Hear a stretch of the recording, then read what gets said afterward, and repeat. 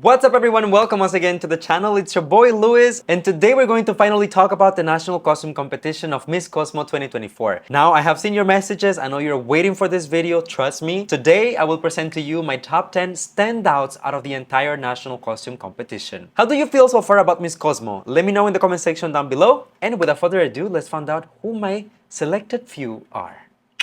Let's get right into it. At number 10, I would like to highlight Miss Russia. I thought that her national costume looked absolutely incredible, and in my opinion, it managed to capture the essence of some of the traditional costumes and motifs that you will see in Russian culture, especially in the royalty back then. This is one of the aspects of Russian cultural history and heritage that we don't see displayed as much in pageantry, in my humble opinion.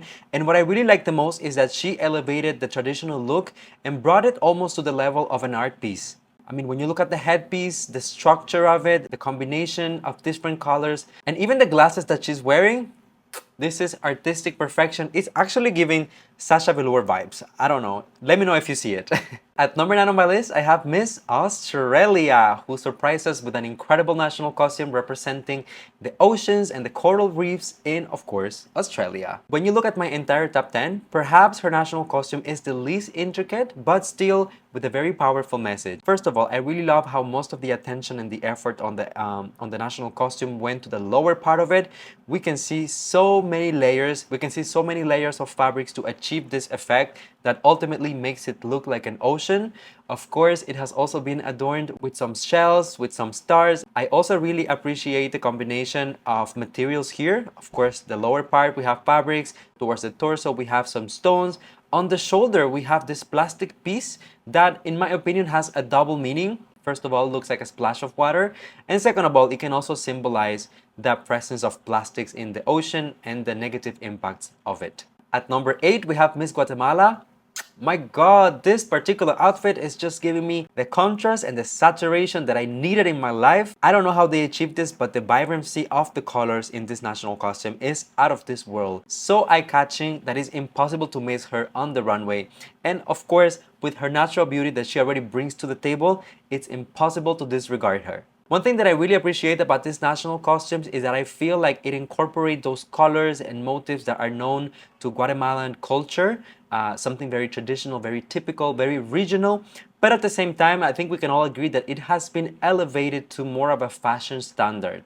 I don't feel like she is wearing a traditional wear, traditional gown of her country, but instead she is wearing an interpretation that has been modernized to still showcase the traditional part of it, while at the same time showing a little bit of an edge, more of a modern version. So because of all of those things, I must stand. At number 7 on the list, we have Miss New Zealand, consolidating her spot in the competition as one of the front runners, if you ask me.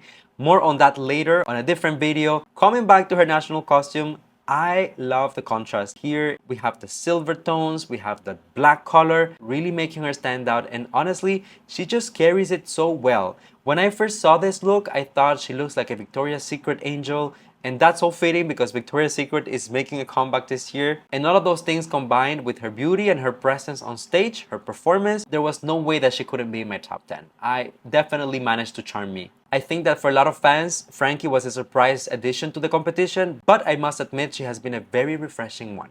Moving on to number 6, we have Miss Peru, who came out looking and acting and performing like she has all of the joy in the world. I mean, just look at this photo. The smile says it all. And I'm so happy to see that the costume also embodies that. The colors are extremely vibrant.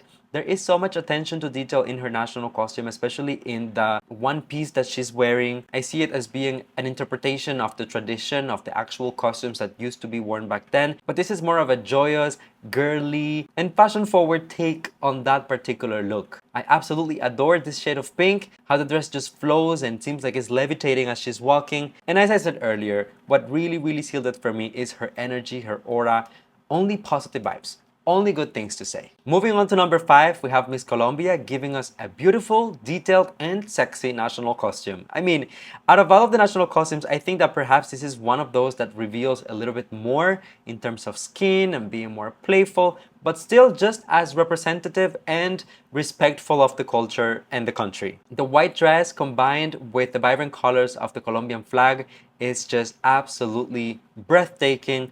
I love also the addition of the little purple, pinkish flowers that you can see as well in the national costume. And of course, they took it even further by bedazzling everything here, by adding stones and rhinestones just to make everything look more elevated and also to sparkle on stage. That's what I love about this type of things. It looks like she's carrying the Colombian flag with butterflies and flowers and joy and beauty. What else do you want? I mean, this is the perfect representation of the nation. At number 4 on the list, we have Miss Philippines, Atiza Manalo, giving us a beautiful interpretation of a local Filipino legend, Decibel the Mermaid. One thing that I love to see in national costumes is when people think outside of the box and they don't just go for the obvious traditional wear reference. They think of pop culture, they think of history, they think of food, they think of values, they think of religion. I love to see all of those things come together. And in my opinion, Atiza's national costume is one of the most creative ones in terms of the design, in terms of the craftsmanship, and also in terms of how she even carried it. I think it's such a different look for Atiza that usually is more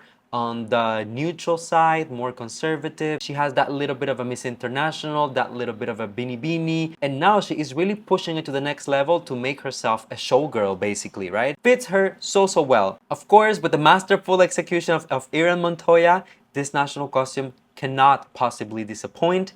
And on top of that, I love the execution, the performance on stage, just the flow, the movement, and the little bubbles. Come on now, they even have little bubbles over there to make it look even more realistic. Honestly, this was a home run, and I'm so happy to see where Atiza is gonna take it for the rest of the competition. My third spot on the list goes to Miss Indonesia, who absolutely stole the show in this particular national costume. When you look at it, I can appreciate that they tried to put as many references to culture and the country as they possibly could without making it look crazy, you know, because sometimes some people, they don't really know how to edit a national costume and when is enough, but I think that they found the perfect balance. When you look at the upper part of her national costume, we have a known silhouette with a reference to religion, a headpiece, and of course there is also an illusion with an extra set of arms. I love to see that they matched the color of the hands to her actual skin color. They matched the sleeves of the fake arms as well to what she's actually wearing. Now, when you look to the lower part of the dress, you can see a combination of flowers, you can see peacocks, you can see some lotus flowers at the bottom, and even a swan. I mean, come on. I cannot think of anything else they could have possibly added to this national costume. I think that they found the perfect balance and she looked incredible. My second spot goes to Miss Cambodia, who gave us a stunning performance, and honestly, I think that's a theme that I can say has been very present in my at least top 4. From Atiza up until my first spot, everyone brought not just a showcase of their national costume, but they brought an experience, a performance. There was choreography involved, there were props. It was more than just showing something to the audience. For Miss Cambodia, I'm gonna be honest, this is not the first time that we see this type of headpieces and creativity, this sort of designs on a pageant.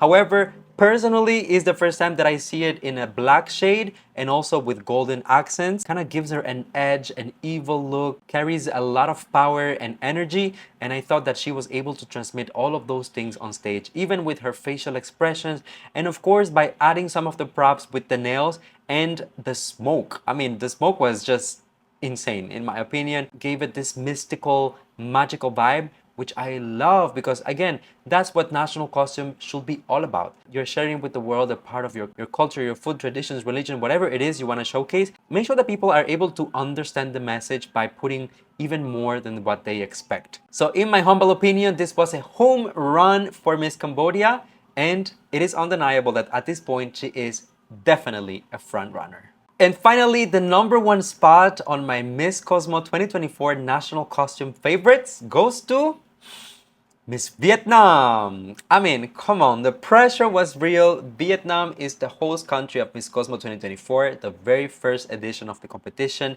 So of course, you knew that Vietnam had to go the extra mile to showcase something show-stopping on stage, because national costume, it's all about culture and heritage, and that's exactly what they're trying to promote all throughout the competition in Vietnam.